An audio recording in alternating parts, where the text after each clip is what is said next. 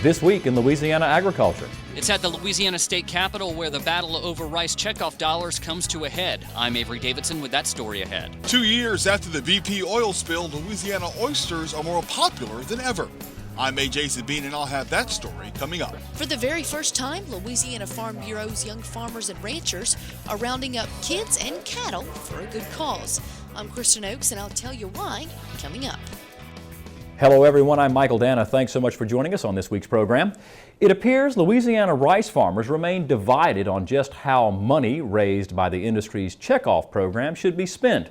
This week, the Senate Ag Committee considered a bill that could have allowed rice farmers to request refunds of the 8 cents per hundredweight assessment they currently pay.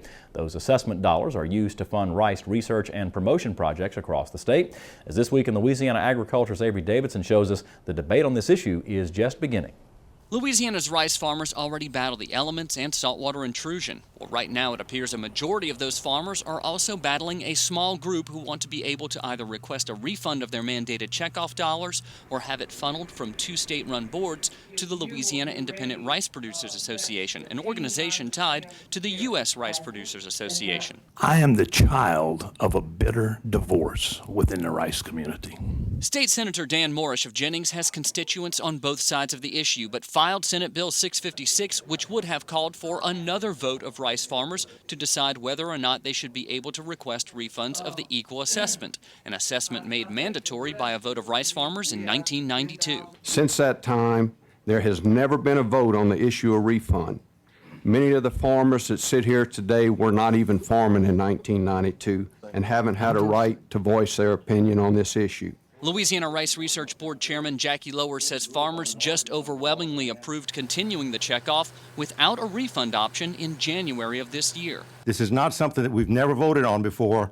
Like we do our property taxes every 10 years, we vote on this every 5 years. And those that are not satisfied with the checkoff in any form, whether they get refunds or wish refunds and aren't able to get refunds, then they should be voting no on this equal assessment checkoff. Bill supporter Carl Crelo stopped just short of suggesting members of the Rice Promotion and Research Boards tampered with the votes. Votes are cast on a blank sheet of paper with no voter verification, no list of qualified voters to check against, ballots placed in an unlocked box and counted by the board members who are the recipients of the money and have an interest in seeing the assessments passed. You're not suggesting that there's some skullduggery or something going on with it, or it's just the procedure that you're trying to...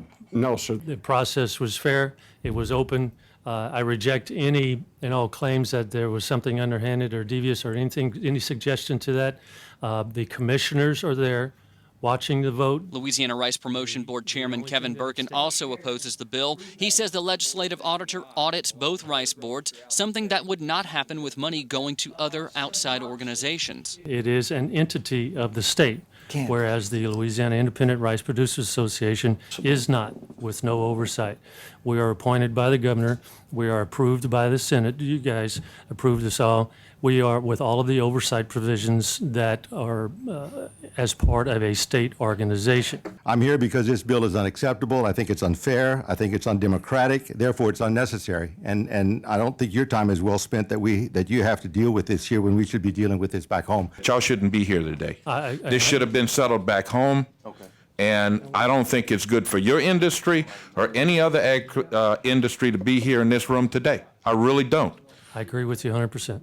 After hearing both sides, Senator Gerald Long of Winfield moves to defer Senate Bill 656, in essence, killing it for the session. Senator Thompson. Yes. We have 5 yeas and 1 nay. All right.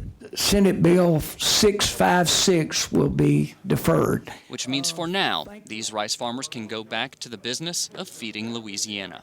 In Baton Rouge, I'm Avery Davidson for This Week in Louisiana Agriculture.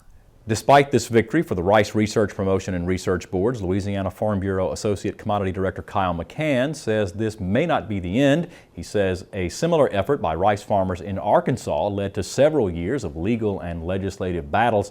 However, McCann says he's hopeful the two sides here in Louisiana can reach a compromise.